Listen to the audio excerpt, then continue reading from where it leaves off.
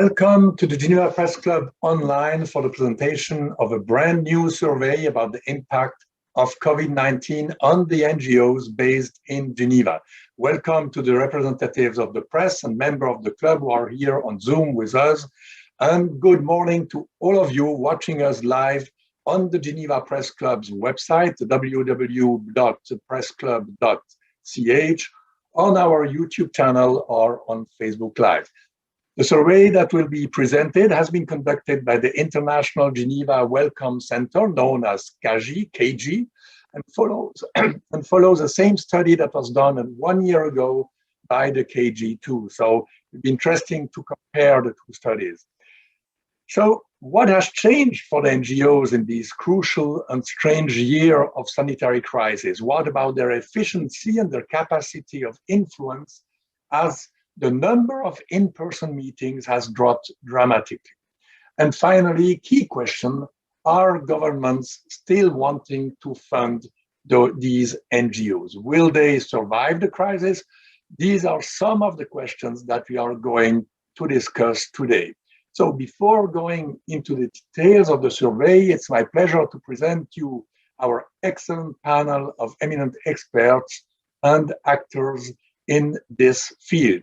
And first of them, I like to present Yasmina Opardija. She is, you are a program manager of the Institutional Partnership Division at the Swiss Development Corporation, so-called SDC, or in French, DDC. It belongs to the Foreign Affairs Department of the Swiss Governmental Administration. Ms. Lydia Grigovera, you are the NGO Liaison Officer at the United Nations Office in Geneva. Then we have Ms. Susan Wilding, Head of Geneva Office of Civicus. Civicus is a world alliance of activists and organizations to strengthen citizenship action and civil society through the world. They have, Civicus has 9,000 members of 175 countries. And then comes Mr. Ignazio Packer, Secretary General of the International Council of Voluntary Agencies, ICVA. The mission of this organization is to make humanitarian action more effective by working collectively and independently to influence policy and practice. About 100 NGOs operating in 100 countries, in more than 100 countries, are connected to this alliance. And finally, Mr. Julien Beauvalet.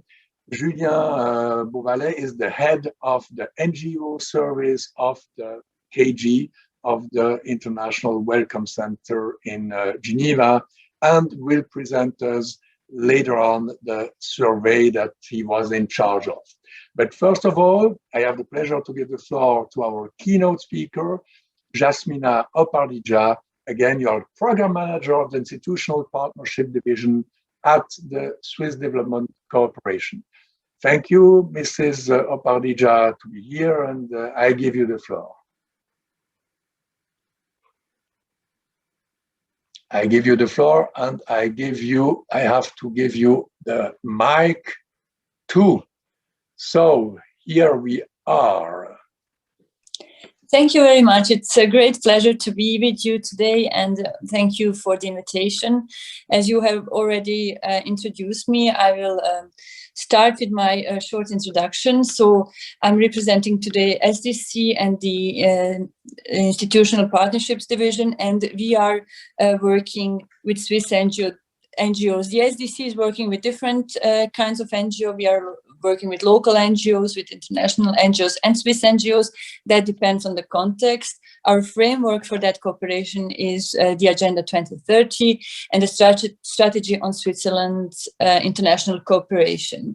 So for us, NGOs are obviously a very important partner, and the COVID pandemic is in a way a great test for all of us, also in terms of our cooperation modalities. But nevertheless, the NGOs stay a key partner, and they are sometimes our implementers. that means that they implement projects on our behalf, and they are also our partners, which means that we contribute to their own international programs. And the division that I work with is more on that side of on the partnership side, where we contribute to own programs of Swiss NGOs.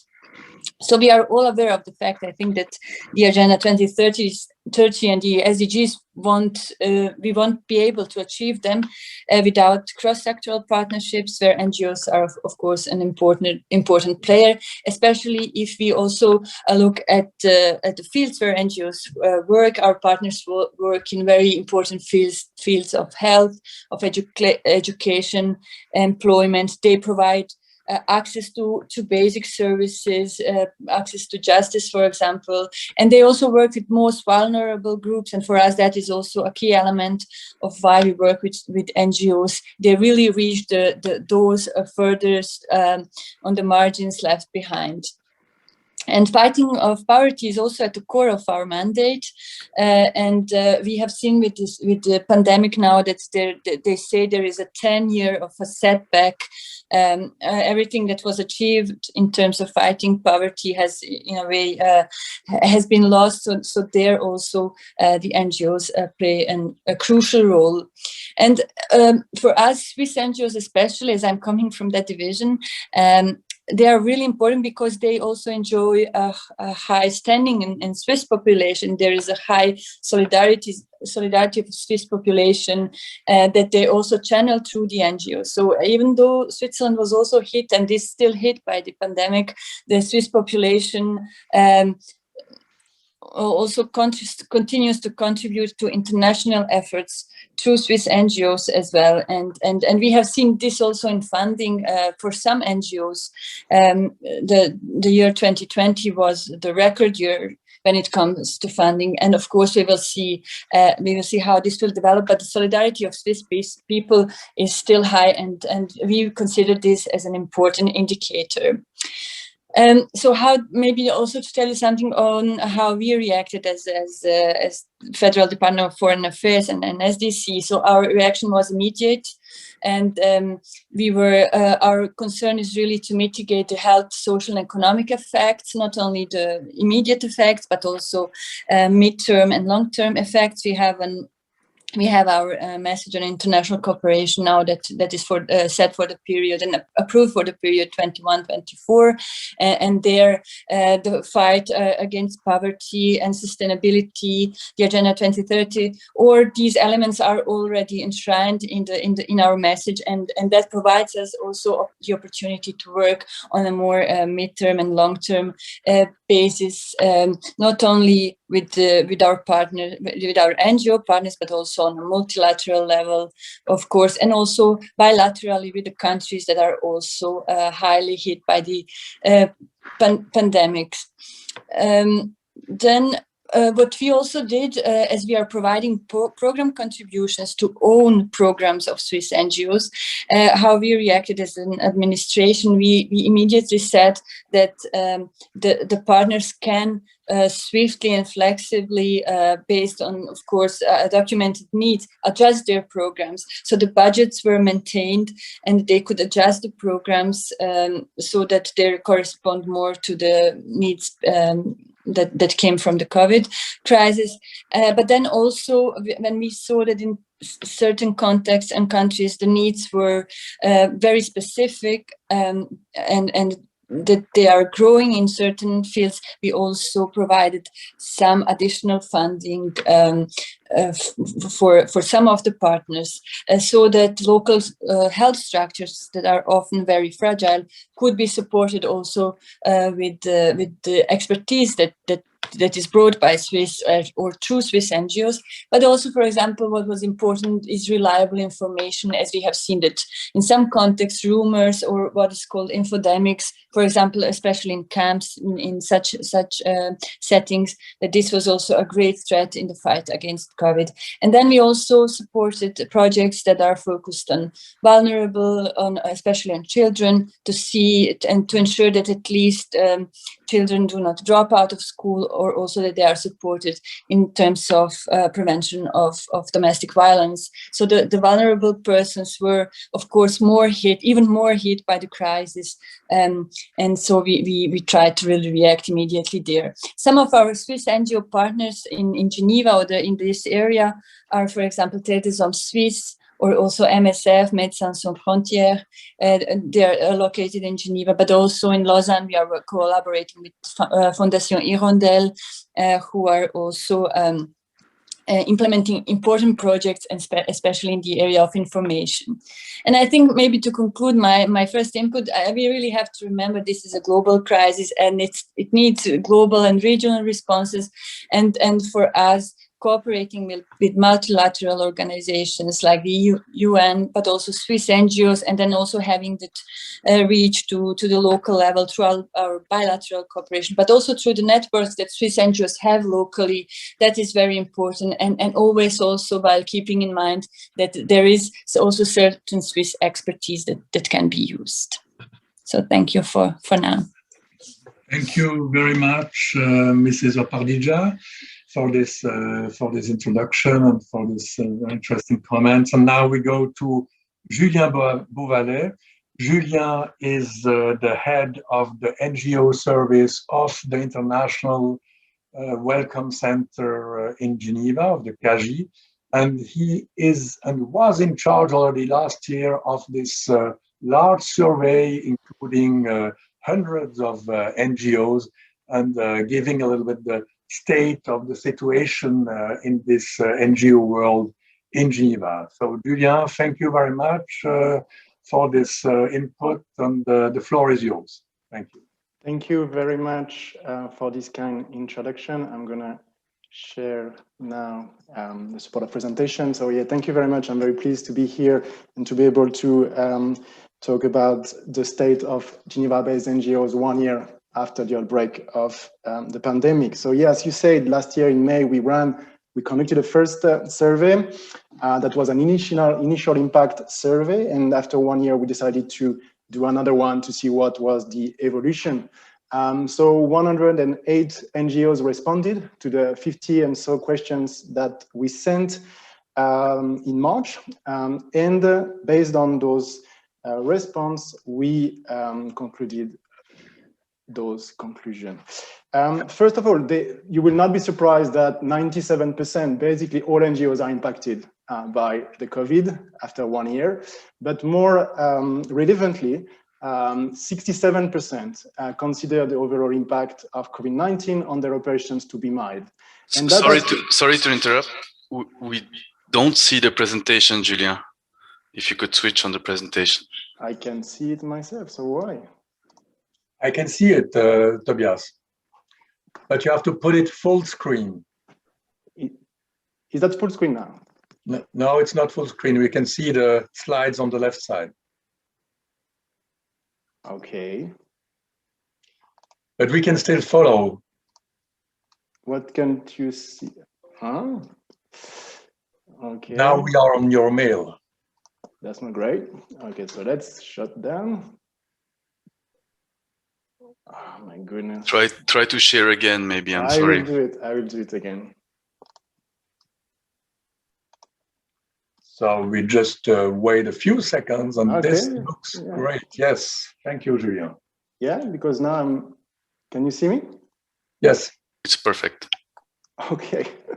So, sorry about that. So yes, so 67% of the NGOs considered the impact to be mild after 1 year, which has to be put in comparison with the initial impact survey that we ran, where 54% of NGOs considered the impact to be mild. So we can see that there has been an adaptation by NGOs to the new reality. They have been more resilient than they thought.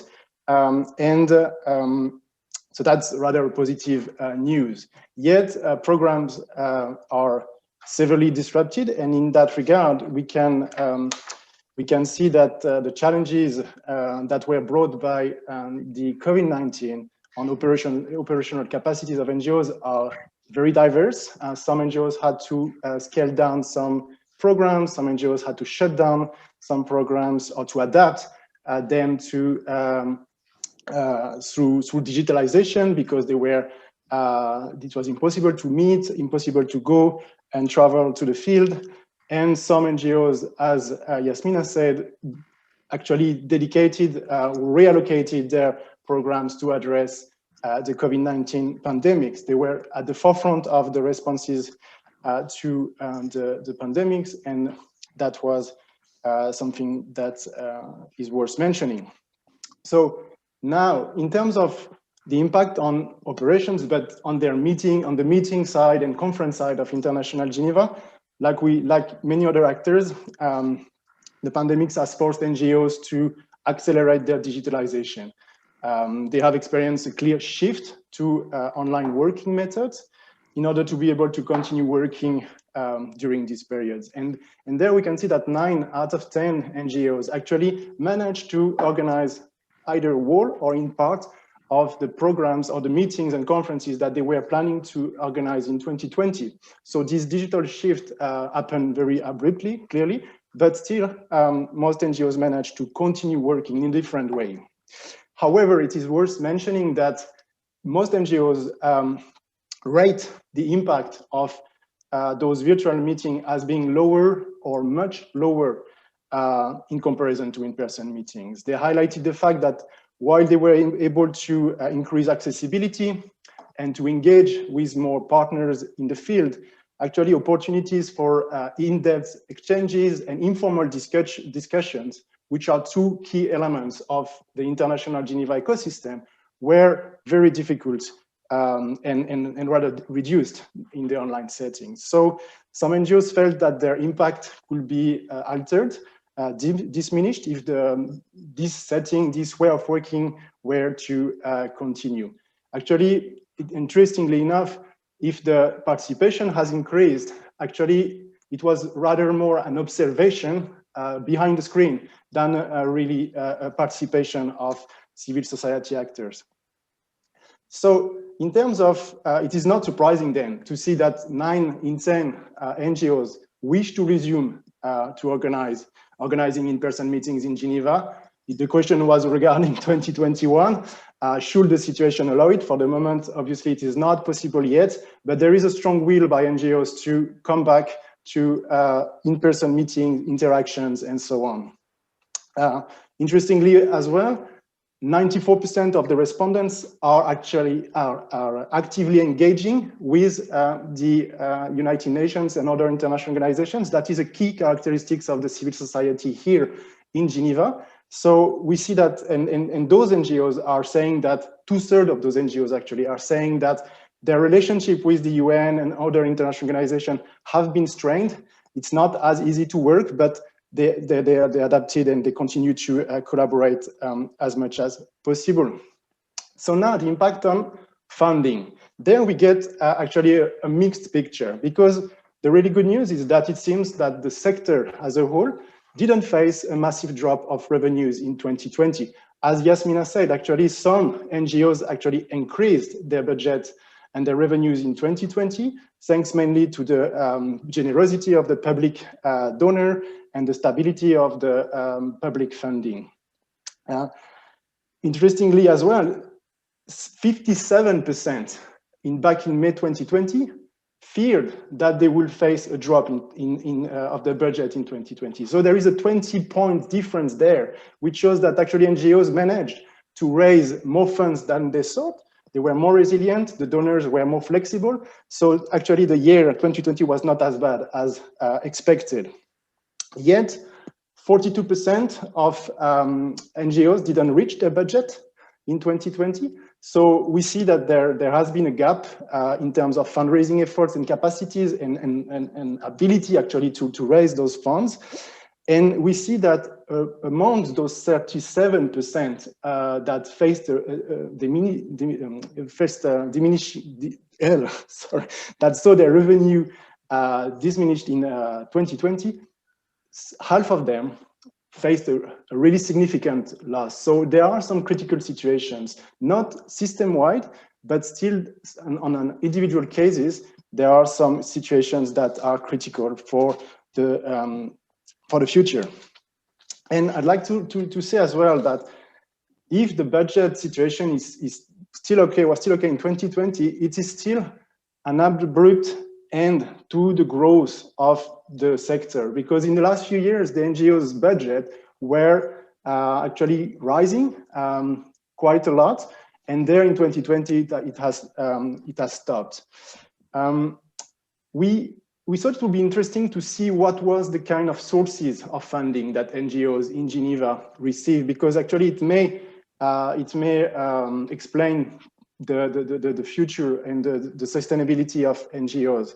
So what we notice is that actually NGOs, and that may be at first rather antagonistic, but NGOs are actually very highly dependent on governments when it comes to their funding, actually, at least for international Geneva-based NGOs, because we see that more than half NGOs that are based in Geneva and that responded to this survey again are primarily funded by public payers' money, taxpayers' money. So this high dependency on public funding creates a high uncertainty for the future, as we will see in a couple of minutes. In terms of the evolution of the different sources of funding, as Yasmina said, the public donors have reacted very proactively and have supported NGOs in 2020 like never before. What we see is that the commercial activities, which is not very significant source of funding for NGOs, but still those commercial activities sharply dropped. It's not a surprise. And when it comes to governments and international organizations, that has been rather stable. So now the effect on employment. It's another rather positive note is that the employment has been relatively preserved for now. Only 20% of NGOs had to reduce their staff in Geneva. And that is mostly thanks to the famous RHT, the Unemployment Benefit Scheme, and the continuity of funding as we saw.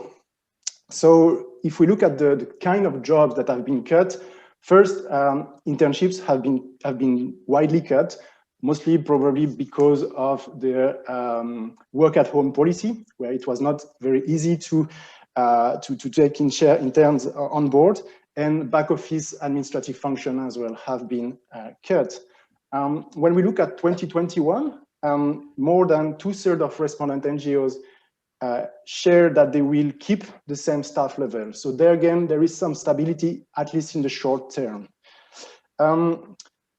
Now, when it comes to the public authorities' support that have been put in place in the context of COVID-19, we actually got the same results than we got in May 2020, meaning that only a minority of NGOs used the schemes that were put in place. 60% didn't request, maybe because they were not eligible, maybe because they didn't get the information. The fact is that the RHT has been the most commonly used. 30% of NGOs have used the RHT in order to furlough some of their staff last year, and still now it's continuing with a rather high success rate. And the other schemes have not been widely used, and the success rate has been very different according to the schemes. I'm putting a bracket here just to say that the report has been published. It's on our website, on the website of the Club Suisse de la Presse. So if I'm putting too many numbers at you, I'm very sorry about this, but you will be able to access those in a narrative report online.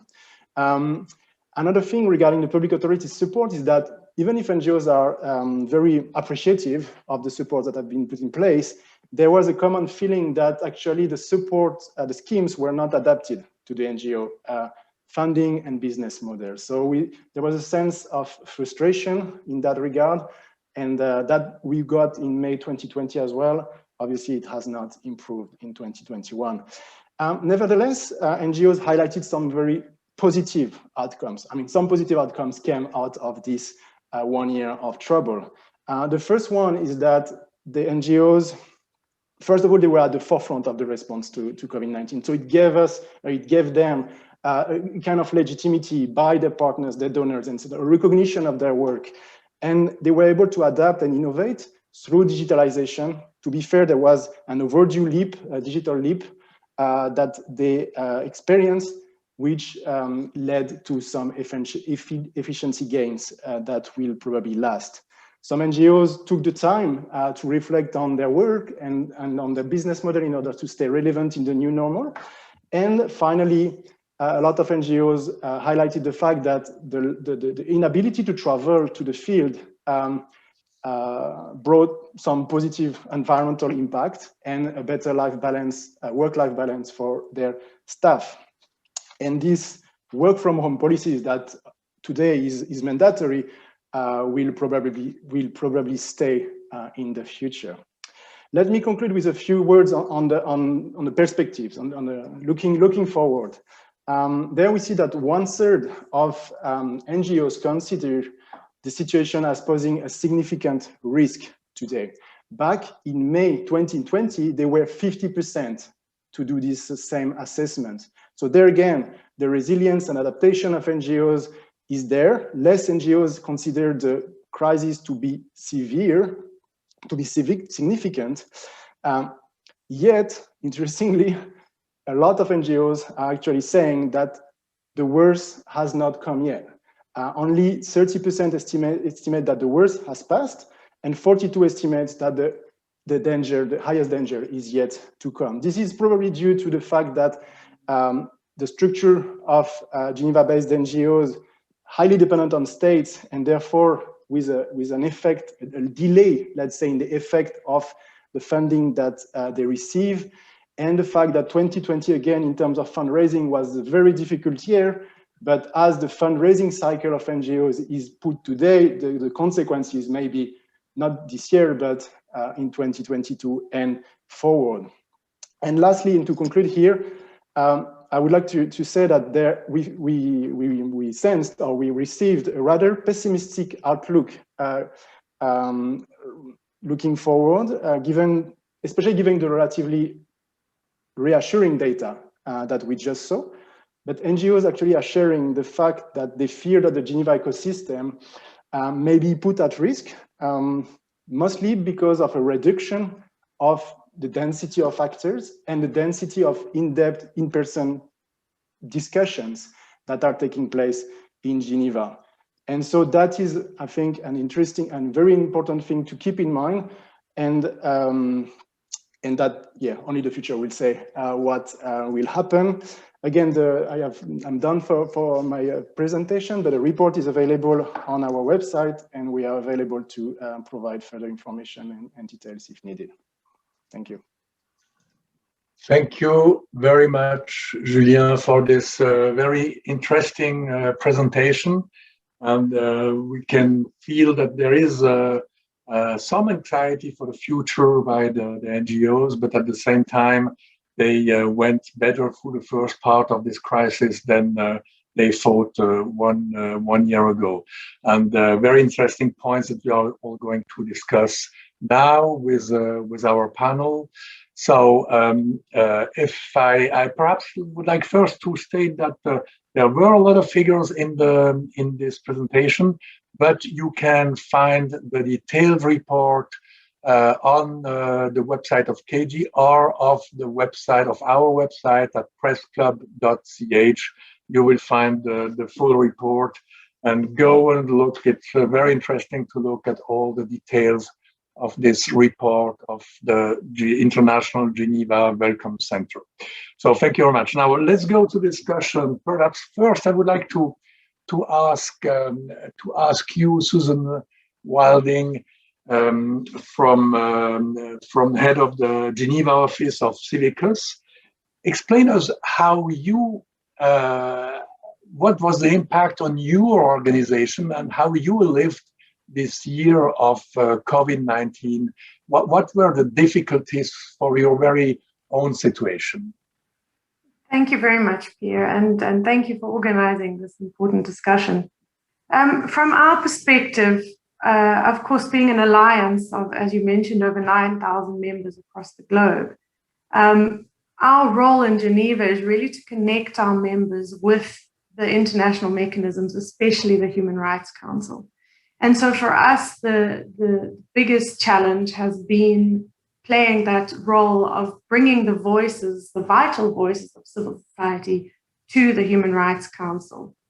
But I also just wanted to say that, as Julian pointed out, I think that as the pandemic hit the globe, we saw through our membership and through civil society that civil society responded to the crisis in the way that civil society usually does, which was with ingenuity and commitment and courage.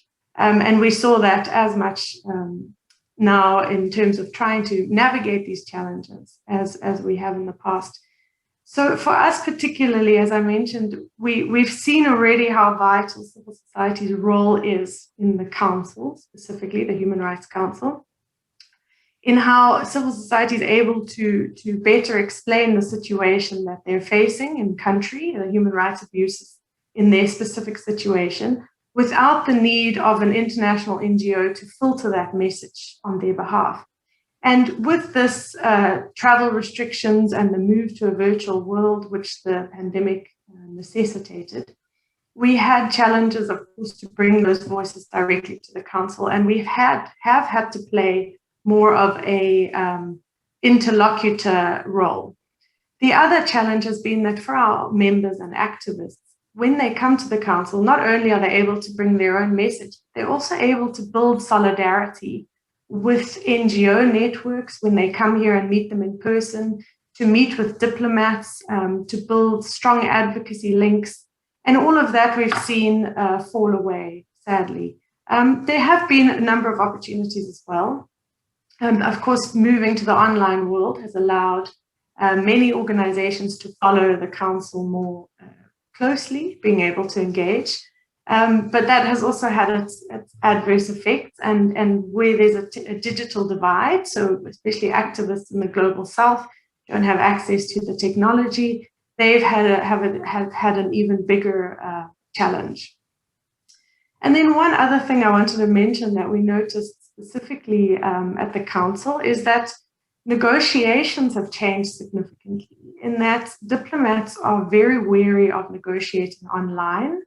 And so what we've seen is a significant protection gap, because a lot of countries that are leading on very important resolutions that protect human rights defenders in country have pushed their resolutions to possibly the upcoming year or the following sessions, or they ended up with very watered down resolutions and decisions. So that protection gap has been problematic. But yeah, I'm happy to also speak at a later point to the sort of more global effects of the pandemic. But I think for us, that's been the most significant challenge. Thank you. Okay, thank you very much, Suzanne, for this perspective. And now I turn myself towards Ignacio Packer, and I would like to ask you a little bit the same question. You are in cooperation and in relation with good hundred of organizations operating in many different countries. What has changed for you, for your organization, in having members a little bit everywhere also? Excuse me. Yeah, you can put on your mic. Right. Thank you very much. And I thought Julien and Susan's points were really interesting, spot on. So I try and enter with elements of a complementarity.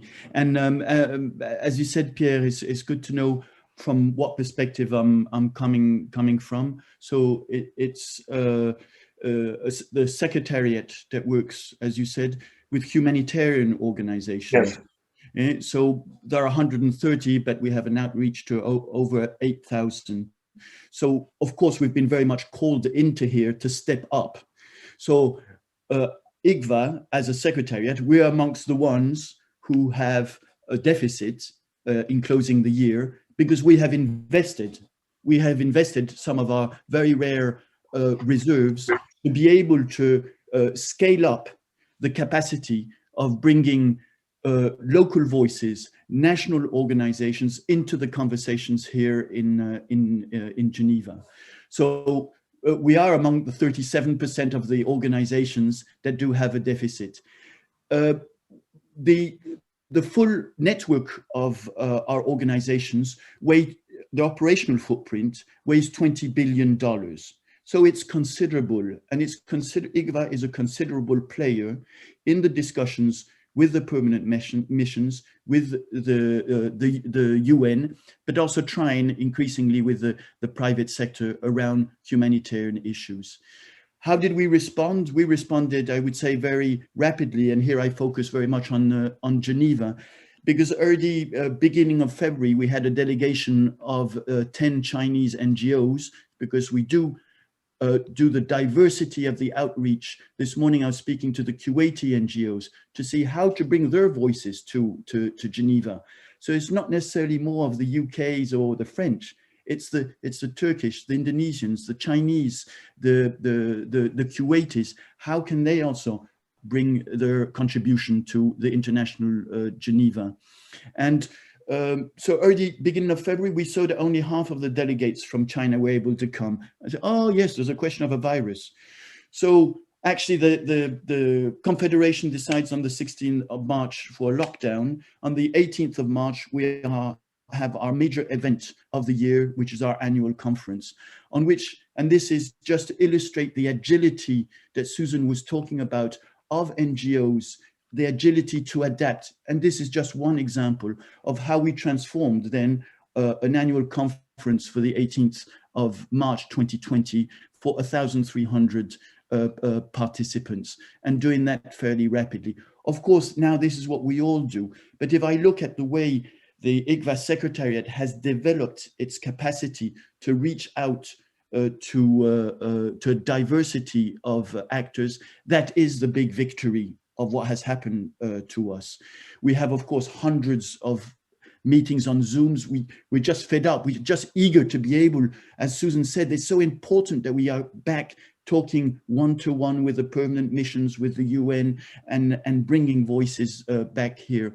But we also organized over 50 webinars, of which were some of them on disabilities and humanitarian action. It's 1,700 participants, but a lot of them are more size to 50 or 150, a number of them with the UN. So it has been an opportunity to connect, but we have to do something about it. And the key question that we have to be talking about is how us as NGOs, we're going to contribute to the needed transformation of the International Geneva. More than ever, we need Geneva, and NGOs have to not only remain, but bring other voices and the diversity of voices, because we do really need this platform very urgently. It's not about maintaining it, it's also about transforming it. And I think NGOs would be really keen to enter further in the discussion around that.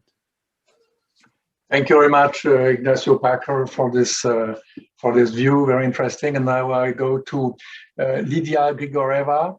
Very interesting, Mr. Packer, hearing Mr. Packer saying that what is important is the agility to adapt. And for sure, it's a thing to do that with a small organization. The UN is not a small organization, it's a huge operation. So how were you able to adapt to this striking COVID crisis? And what has changed at the UN here in Geneva? It looks very, very quiet when you go to the Palais des Nations. Yes, thank you, Pierre, and hello, everybody. I'm welcome. I'm happy to say hello from the Palais des Nations, which you see behind my screen. I'm actually physically at the Palais des Nations, so it's not very, very quiet. We are back. About a quarter of staff is always back on site, because we are still working on the hybrid conferencing meetings here and other things. It's very good. We were very happy to co-participate with Kaji taking the lead on this survey, because for us, of course, the engagement of civil society in the UN system is very important. This is only a fraction, of course, of the views of civil society, because it only comes from the Geneva-based NGOs, but we also have the whole myriad of NGOs that are usually coming to Geneva to engage from other parts of the world, which was not possible until now, and we don't know when it will become possible. I think it's important to just step aside a bit and to see this from the global perspective, that last year in March, suddenly the whole multilateralism has to become reinvented, because all of a sudden something that always happened in the physical participation, physical interaction, physical discussions and negotiations, this suddenly disappeared, and everything had to reinvent itself through online and hybrid modes. So it was the challenge for everybody, for the NGOs certainly, but also for the UN system, for the member states to reinvent how they will be doing their negotiations in the online form and adapting their rules of procedures, for example.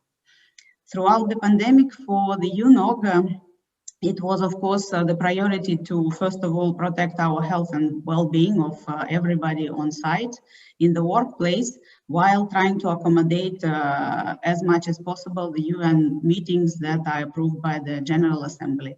So many positive came out of the negative, as we already said.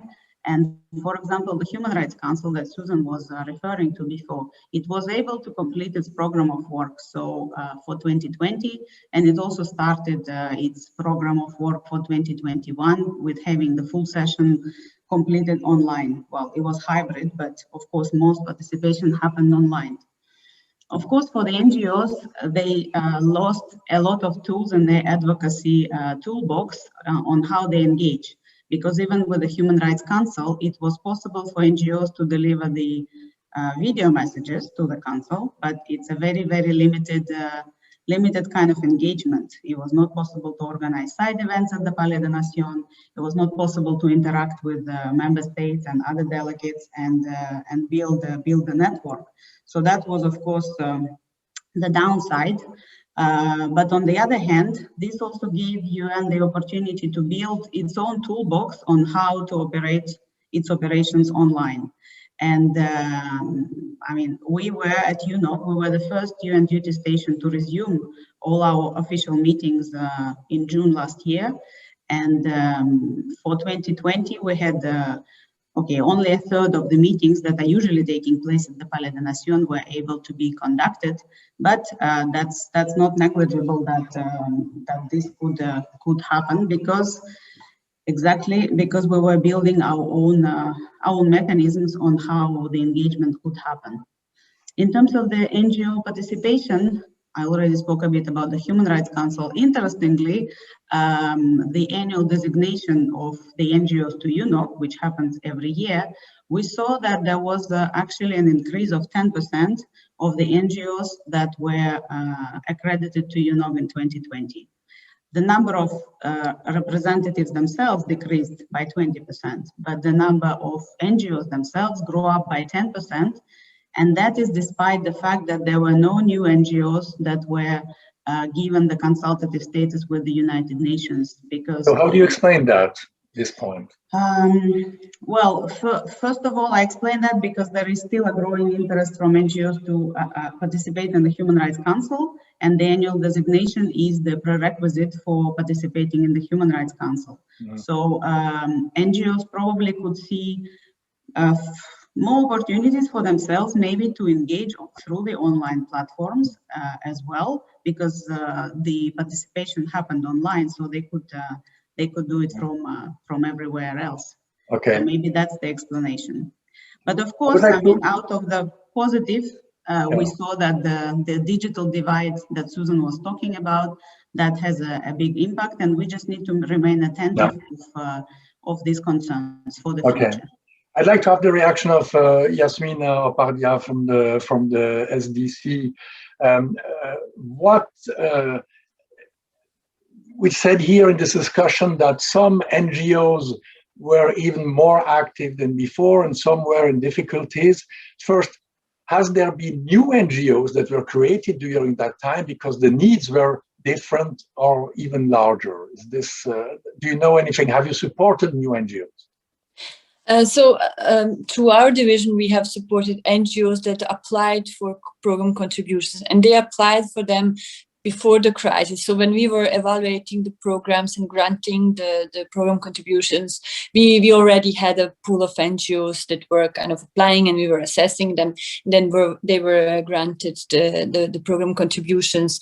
But I think what was said is really, it resonates with also what we have seen with our partners, and that's this resilience and agility of NGOs to adapt. That was really impressive. And also I think it's the COVID crisis has probably just made this whole transformation process faster, because the NGO and their roles, especially the role of international NGOs and Swiss NGOs, are often also perceived as international NGOs, of course, in the context where they work, is changing. And I think the fact that through digitalization or through these online meetings, also some local voices could be more heard maybe than before, even though they couldn't engage in person. I think there are some important fields of tensions that are now created, where you see how important it is that we see each other, that we communicate face to face, and at the same time providing access to those that don't have the access otherwise, because they are not established NGOs or because they are just too small or too far away. And then at the same time, this digital divide that is still very present. And I think for us, for the future, it really be a big question: how do we deal with that, and how do we strike the balance now between these different modalities of cooperation? And we are already seeing how the roles of NGOs, different kinds of NGOs, are changing. And in Geneva, as I understand, these are more NGOs that are doing advocacy and so on. And the NGOs we are working with, they are especially also working in the countries with their local partners. Right. So tell me just one thing.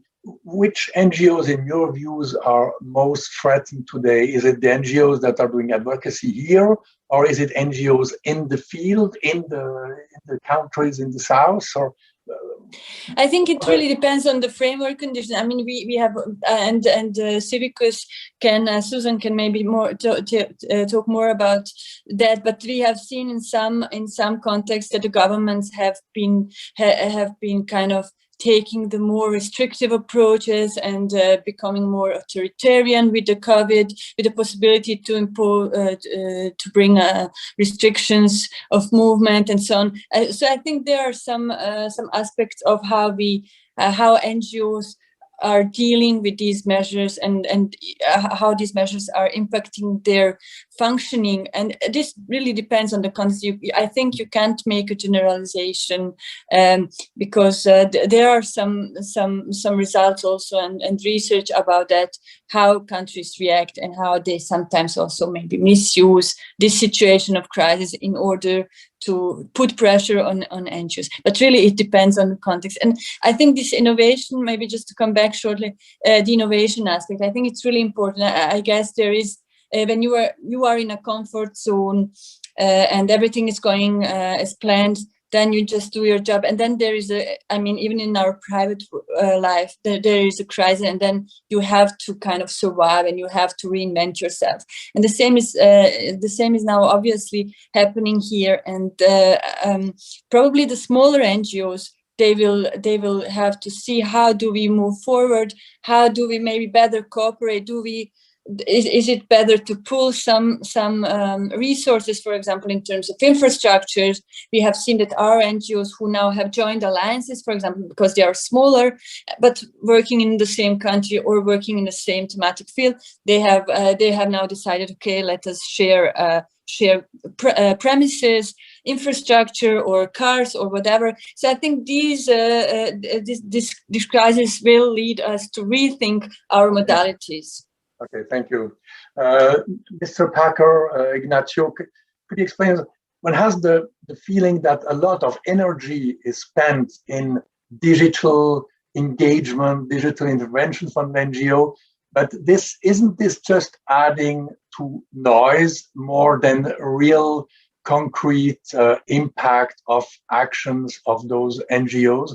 If I take the example of the Human Rights Council, I mean, the fact that there are almost no side events, that there is no discussion on the side, person in person, Isn't this really a huge lack? And in what way can digitalization of all these contacts replace the original contacts? Yeah, thank you. Well, digitalization would never replace a lot of the needed conversations that we need. A 60-page report may be evidence, but how you connect to the person you want to convince, to influence, to exchange with, it's a lot about how that you make that person feel. What has been said and what is crucial is to go back to say, why do we have all this? Why do we have all this? This is to respond directly to needs of people that are in very difficult situations. I talk as humanitarian perspective, but I'm sure Susan as human rights would also be following the same, I hope, I imagine the same way of thinking. So it is, of course, about the infrastructure that we have and how civil society organizations enter and contribute to that. And keeping in mind the really strong diversity. It's not like asking for a phone number to be able to call civil society organizations. You have a very large diversity, and that is what is rich, and that's what makes Geneva International so special. But the system is no longer responds to the challenges we have. We talk about the international solidarity. It's far from sufficient. The needs have just exploded. And we're just trying to say, well, we did more or less the same as last year or a little bit better. We have to scale up in the way we are responding, in the type of efficient way. If I may interrupt you, if I understand, the needs have exploded, and at the same time, the system to help out is weakened by this crisis. Is that true? Is this correct? Absolutely. And we have to react. We have to adapt much faster than we are doing. This year, we are seeing situations of famine which have not been seen since the 80s. So on Tuesday, IGVA organized by 200, we did the coordination, 260 organizations have written to all the member states. So that goes directly through the Geneva system and is so important because we address the ambassador who then sends to capital on the very dire situation in which we're in terms of famine prevention, and that governments have to considerably, scale up their funding. They have to find a solution. Is it debt relief? Is it other ways? But it has to scale up and really fast. And the second one is around the response to the insecurity of different contexts. Humanitarians cannot only be and are not only the firefighters, and this is where the voice of Geneva has to really scale up on this. We are in an emergency situation to adapt ourselves. Thank you very much. I would like to hear Susan Wilding about this. I mean, about the place of Geneva. Very important, repeated Ignacio here. Are you afraid that in this situation today of lack of real meetings, if I would say, and real context, that the place of Geneva, the situation of Geneva, and the GNOs in the NGOs in Geneva can weaken?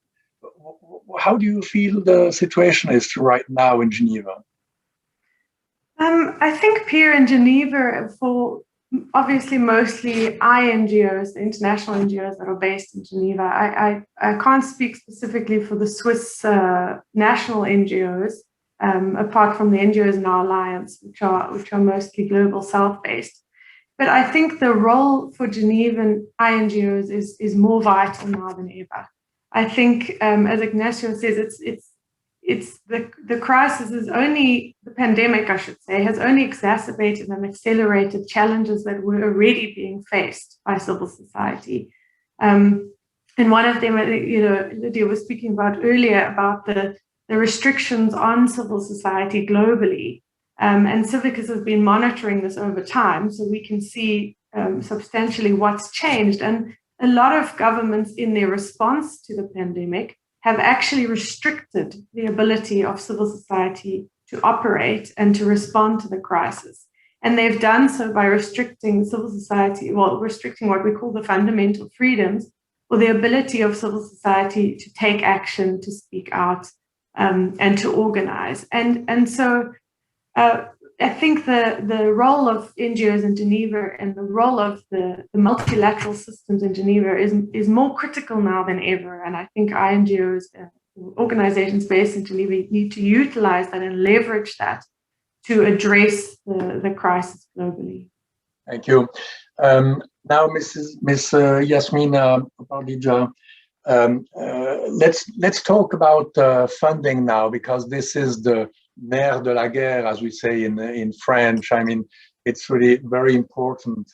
And we have seen in the statistics that has showed us Julien, that about half of the funding comes from the government. What is the perspective of Switzerland in this? Do you think next year funding will, which side will it evolve? Are you ready to put more money for NGOs? And at the same time, we know that Switzerland is spending a huge amount of money for employment, for COVID, for etc., for the sanitary crisis. Do you have the means to put more money in the NGOs? So our strategy on international development has been approved by the Parliament, and the budget. Well, the budget for example, for contributions to Swiss NGOs has even slightly increased, and we now have contracts for 2 years, 21-22, and the global budget for that for contributions is 270 million Swiss francs. And we have more partners than before, because we have reformed the whole system of contributions. So we could also include more NGOs or different NGOs. There is a diversity of NGOs that we support. Well, for the moment being, this will stay as it is, at least for the next 2 years. Maybe also for the then 2 years to follow, because this strategy is until 2024. And but you know, we are of course dependent on the Swiss Parliament. So when the Parliament whatever they decide, also in terms of the budget, we will implement that. So, but I think there is also something where we have to make a distinction that, you know, the NGOs in their role sometimes, at least when they are cooperating with us, sometimes they are implementing mandates, and they are like different also. Different basis for this cooperation. So when NGOs are implementing mandates, they are actually a service provider. They bid, they provide like bids in order to win that mandate, and then they are like in a way an implementer. And but then there is this side of contributions where we really contribute. And I think these two instruments are not exactly the same, because through the modality of program contribution, we really provide support to the NGOs, and we don't provide support through the NGOs. And I think that with this modality, we are strengthening the NGOs as actors in their own right. And I think that is really important, that needs to be done. And I hope, and we hope, that also other countries, we are also having dialogues on the level of OECD, that they will also keep this momentum and really support civil society and NGOs as actors in their own right, and not only as our implementers. Okay. Short announcement for the journalists who want to ask questions. You can please raise your hands already now. We are soon beginning with the question session. So as you know, on Zoom, you have just to click on the button reaction at the bottom right of the screen, and then raise your hand. And so I will see you and give you later on the right to speak. So first the journalists, and then we will take other persons, but please, journalists first. And now I turn myself again towards Lydia Grigoreva. What can UN is not funding any NGOs. It's not the role of the UN, but you can help them out in making things easier for them. and especially in organizing again meetings in the real world, because the activity of NGOs is very linked to these meetings. So what's the perspective today of this, and what are you doing in that sense? Yes. Yes, now. Yeah, thank you for the question. Well, some UN entities, they are funding NGOs. There is a UN Democracy Fund. There are some kind of limited funds that are given for the NGOs for specific projects. I cannot speak for those because I work in the Secretariat of the United Nations, and here there is no funding for the NGOs as such. For us, again, the way forward and what we have been trying here to do at UNOG, and that's the priority for our Director General, is to equip the Palais de Nation for the future of conferencing, which we understand, of course, and we are very much willing to come back physically all to the Palais, and of course, following all the guidelines from the host country and the WHO and whatever, we will be able to come back. But we also understand that the online element and the hybrid element is something that is bringing the added value to the multilateralism and to the international discussions here. So this will not go away, we think. That's why so let me just react on this, please. The online sessions also is nourishing the multilateral system. What do you think about this, Susan Wilding? Do you have the impression that you can make something out of these digital contacts, or do you really need to have negotiations inside rooms and one-to-one to make progress in the cause that you're defending? And I give you the word. Thank you very much.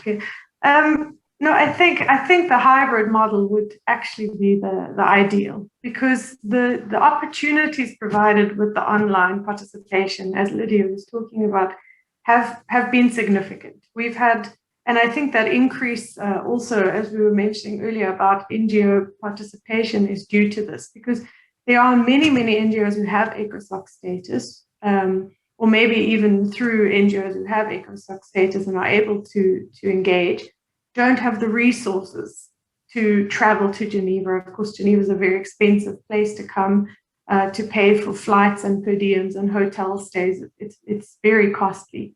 And so the ability to have a hybrid system where some activists are able to speak to the council directly, but from their country of origin, would be fantastic. But I think we still absolutely need the in-person negotiations, networking. That diplomacy is critical, I think, in person. So a combination of the two would be really ideal. I see. Okay.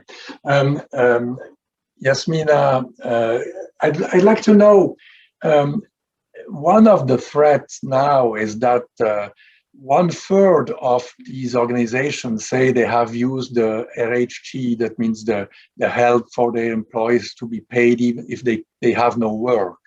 So we know that this RHT won't last forever, and it's probable that with the situation going better, that it will stop even in the summer or so.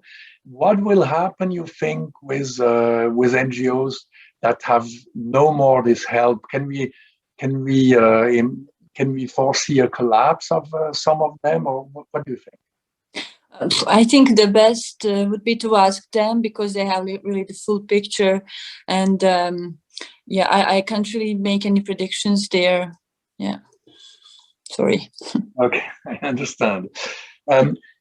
For Ignacio Packer, a lot of money has been now focused on COVID-19, and this is really the priority number one at all evidence.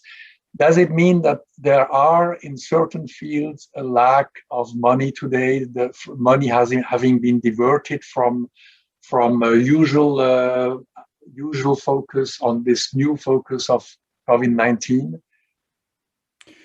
So there's no strong evidence that has been done in a major way, though all data is not there. What a number of donors and the Switzerland co-chairs the Good Humanitarian Donorship, for instance, until middle of this year, have been working on the flexibility, different elements of flexibility in terms of the adaptation of grants, multi-annual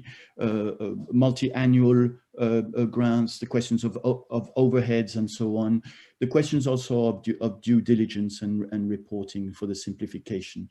Now, these efforts do have to continue because it's around sharing the risk of some of this funding and the questions of accountability.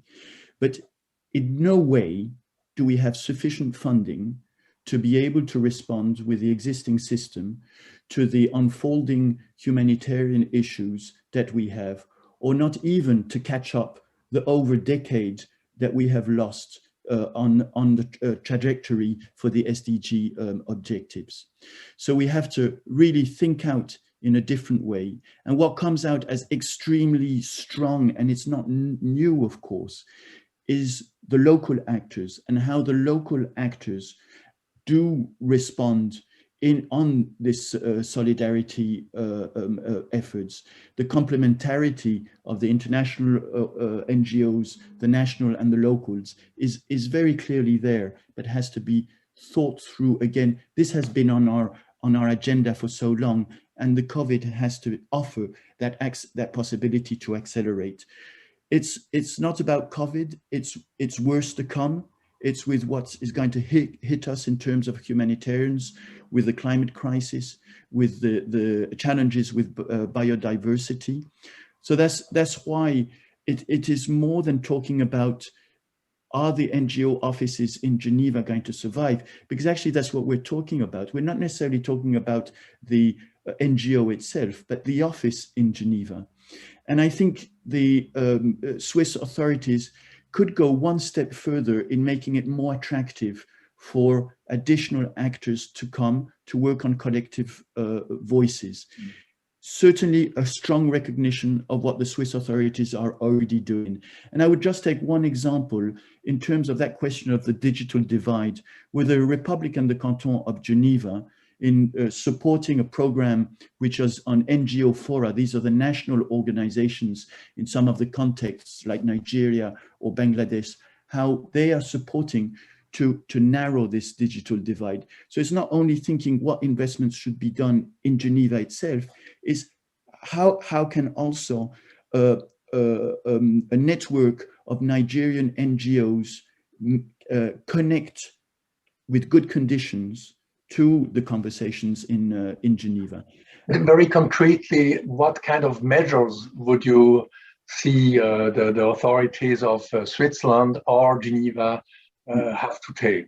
Yeah, well, I think we can be ambitious. If we are ambitious, and I read this in the media, that the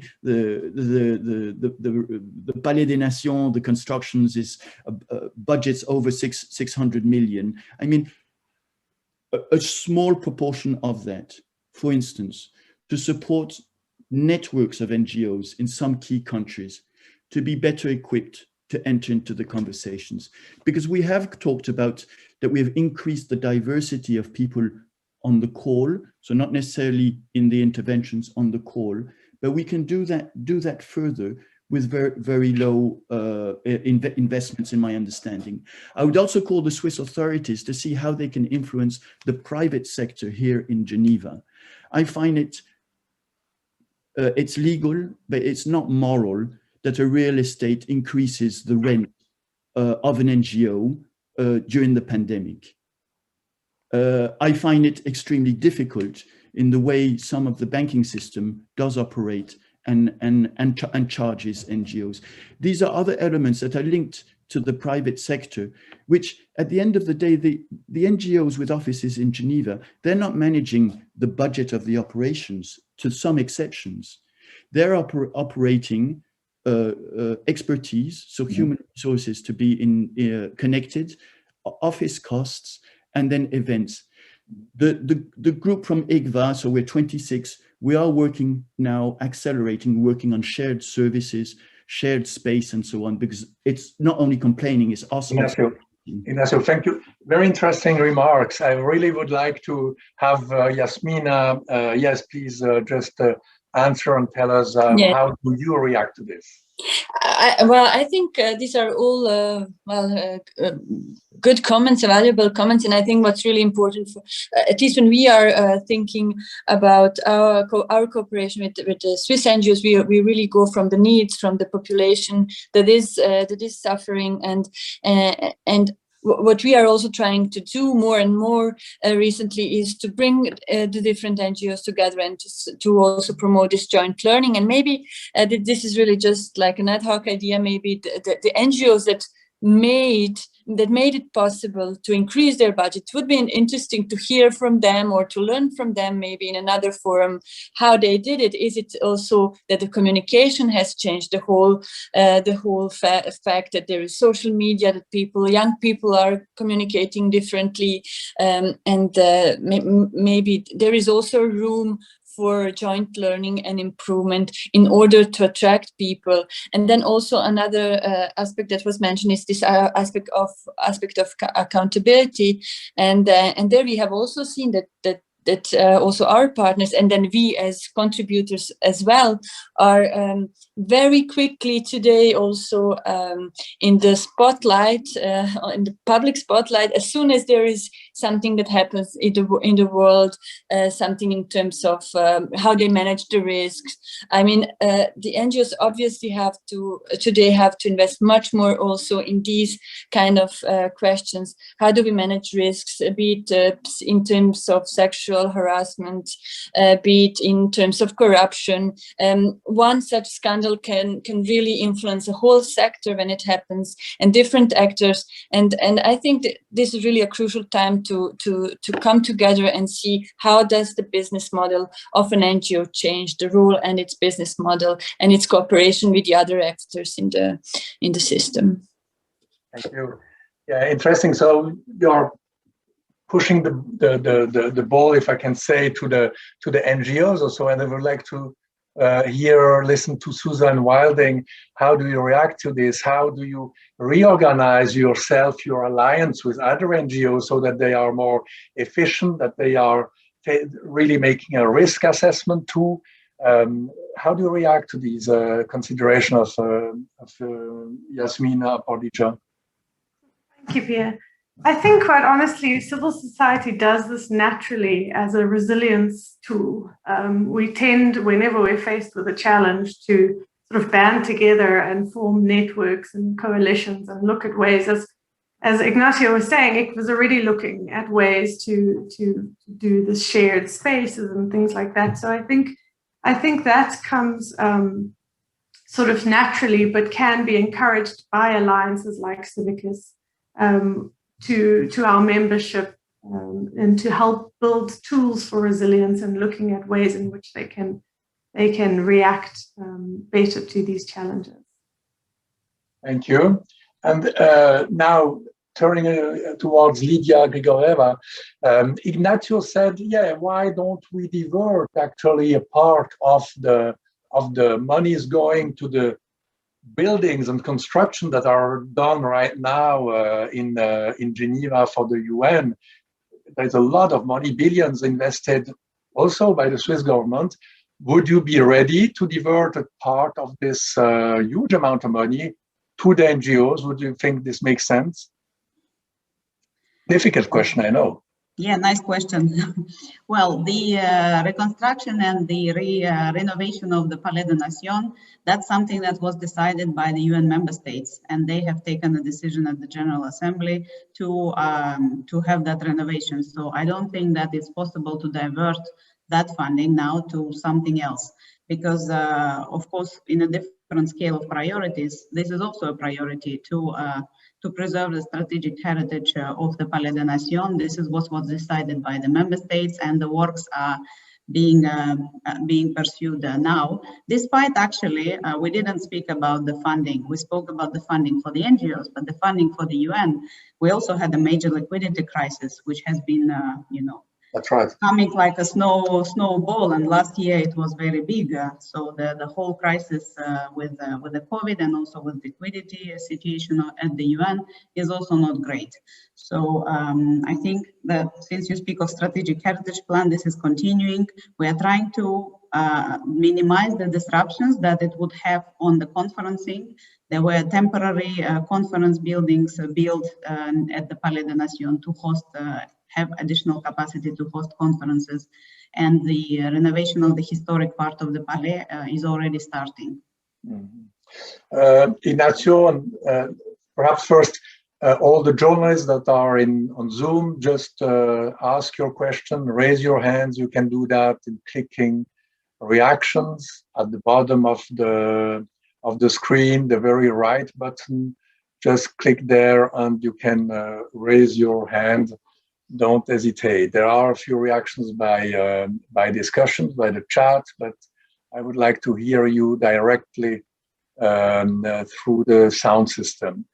So Ignacio, I would like to ask you if you feel in a certain way in competition with governments who give a lot of money out directly without going through NGOs that are putting a lot of money on the table today. UN also has direct operations. Do you think this kind of business of the government directly intervening is challenging the NGOs and perhaps shrinking their own operations? It has to be viewed as a system. You can't take separate parts of it. All the actors that you have mentioned and many others have a crucial part because it is a system. You can't take one part out or not. It is a system. So there's no competition.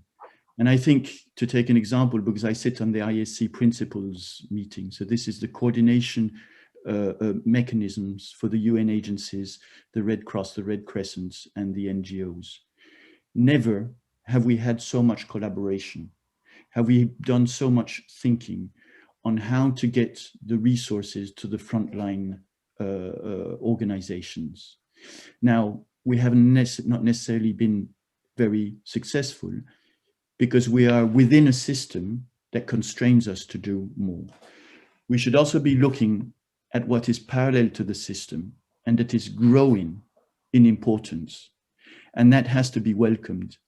It's the community capacity to say we mustn't be waiting for all this. We have to act. How do we connect with this? But the straightforward answer is it's not competition, it's collaboration. And on the question of the funding from the UN, governments do find it sometimes easier to transfer funds to the UN. On the humanitarian response budget, over 50% is then transferred to NGOs, mainly through WFP, UNHCR, UNICEF. So the UN are, for the operations, also a strong collaboration in terms of funding channels and also different mechanisms. But what we mustn't forget is that the closest you are to the people is the more effective you are. And there is a strong recognition that that's the role that is played by the NGOs. Thank you. Yeah, just going back to the study and to Julien Beauvalet, I'd like to know how do you explain today that 43% of the NGOs say that the worst is coming next, tomorrow. And already 1 year ago, the NGOs were really afraid of the future. Is there an explanation of this? Do they have clues about fundings that will vanish in the next year? What's your impression on that? Well, my first impression is that they have been more resilient than they thought they would be. So they surprised themselves in a way, in their agility that Susan and Ignacio put in, highlighted, has been very there. The second explanation that we see is based on the fundraising cycle of NGOs, because basically fundraising takes time, and before the NGO gets the funding, it's years of discussion, or months at least, of discussions, engagement with new partners and so on. So 2020 budget actually was negotiated in 2019, before the COVID-19 struck. So most of the budget was secured. For 2021 as well, we saw that states, international organizations, public donors, they really stepped up. They supported their partners. So for 2021, they continued to support their partners, especially when NGOs actually responded to COVID-19 response. So actually some NGOs got more funding. Some NGOs didn't, but there will be a delay in the consequences. We saw that in previous crises. In 2008, financial crisis actually hit NGOs in 2011, years afterwards. So it's not surprising. It is, and especially in Geneva, because of the high dependency on public funding, which takes time to agree, sign, and so on. It's not like, you know, private donors that on the street can sign a check and the money is on the NGO bank account in the next day. It takes a lot of time. So therefore, NGOs are worried that as the budget crisis may hit the states and states may decide to reallocate the funds to national needs and so on, then the budget to international solidarity will be hit as well. So that for us is a key explanation in why the worry is for the future and not, and the worst is not done. As you said, I mean, for the moment, many governments want put extra money and everybody is very keen to engage, to help. Do you expect, or can we imagine that there will be a kind of tiredness of these organizations who are funding the NGOs and thinking, okay, now it's 3 years COVID, the best and most, the strongest NGOs have survived, and the others, we can't do much for them. I mean, is this a kind of risk, just letting hands down? It's hard to say. It's hard to say, but again, donors are giving their money because they think there is an impact, you know, and their challenges are not only related to COVID. As Ignacio said, there are numerous other challenges that are there and that NGOs are responding on a daily basis. So I don't see that as long as NGOs adapt their methods of working, as long as they stay relevant, I don't think that donors' interest to fund their activities will fade away. You are directly in this Geneva, very involved in the Geneva field. So Ignacio Parker was somewhat critical towards the banks, for example, who could do more. Do you have the impression today, after what you know, that the private sector, especially banks, who did pretty well in this COVID period, do you have signs telling that they are investing more for NGOs or for humanitarian causes? Do you have any views about that? I don't think banks invest in NGOs per se, but banks are partners, service providers for NGOs. They are absolutely needed for NGOs to send money abroad and to do it in a fast and efficient way and the cheap as possible. And clearly today, I mean, in the Geneva, we're still convinced that Geneva offers really good conditions for NGOs to work efficiently and cost efficiently. Regardless of the cost of living in Geneva, still it is very efficient for an NGO to work. But yeah, we've seen that in the banking industry now has its own challenges, and NGOs may be facing some consequences of new regulations and so on. It is more and more difficult for NGOs to open a bank account or to send money abroad. To be fair, it's difficult to point the finger at one actor because, again, it's a system and NGOs are part of this system. And therefore, what we try to do for sure is, again, to discuss with them to see how they can offer special services or be understanding of the special needs that NGOs have, because those are not the same as transnational cooperation or as a bakery in Geneva. So that is what we try to do. Those are private actors. They do basically choose their clients, they choose the regulations and the way they work. But as a International Geneva is part of the identity of the city and the canton, and banks know that, and they support this ecosystem. And so we try to make sure that those conditions stay as good as possible. But the many challenges are there for sure. Okay, thank you very much. So we go now to a question. We have Garant Upham.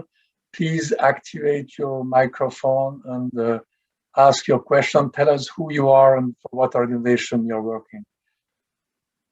Garance Upham, can you put on your microphone? I'm asking to put on your microphone. Not reacting, so perhaps not hearing us, whatever. Okay, we take a chance later on. I would like to, we are almost arriving to the end of this session, so I would like to ask you all one question with, if possible, a short answer. I would like to know what should be changed in the conditions for the NGOs here in Geneva so that they can last and be more resilient than ever. Is there one demand you could make for better conditions for NGO, or a proposal for better conditions for NGO? Perhaps we can start with Lydia Grigoreva. What would you do for NGOs here in Geneva? Short answer is that we probably need to ensure that whatever future hybrid format of participation will not hamper the participation of NGOs, and that it will not, as Julian said, be just an observation behind the scenes, but an active participation either in physical or online mode. Thank you. Susan Wilding, can you tell us what is your priority in Geneva? Well, if I may, then I'd like to call on the Swiss government to act as role models and leaders with other states in terms of providing flexible funding for NGOs, providing conditions, as you say, that allow NGOs to thrive, not only survive. And so, yeah, that would be my one request. Thank you. Ignacio, can you take the floor, please? Same question for you. Yeah. Yes, thanks, and appreciative for the services that Kaji offers already. My point would be on reducing the digital divide, and that means an investment, not in Geneva directly, but to give access, easier access for people to join Geneva in a digital manner. Do you have an idea how you would do that? I mean, would you spread money towards the countries who need it, or how do you organize that? No, well, the Swiss Confederation is already supporting us on some of the initiatives. And as I mentioned earlier on, the Republic and Canton of Geneva allocated a grant last year. And this is working with networks of NGOs in countries for them to be better equipped, to be able to pay for the more expensive bandwidth that is reserved to some few, to be able to enter into the conversations. Because we mustn't think that the people that we want to have in the conversations are living in the same, of course, they're not living in the same conditions as us. And that is part of the concern of having another type or an evolution of the Geneva International and the modes of discussions we have, but we also have to take care of the ones who want to enter into the discussion from abroad. And NGOs, I am sure, and I don't speak only for IGVA and the members with which we had a meeting last week, we're really eager also to contribute and to think through how this phase of change of multilateralism, the challenges that we have, and how we can play our part also in the review of the Geneva International. Thank you. And now we see that expectations are high about Asia. So, well, of course, what can you promise to the well, promising is always difficult, of course, and I'm not, unfortunately, on that level to promise anything. But what I can say from our side, we are really also working with the cantonal federations of NGOs. We are supporting also the Cantonal Federation of Geneva, and we have a good communication and collaboration with the Canton of Geneva.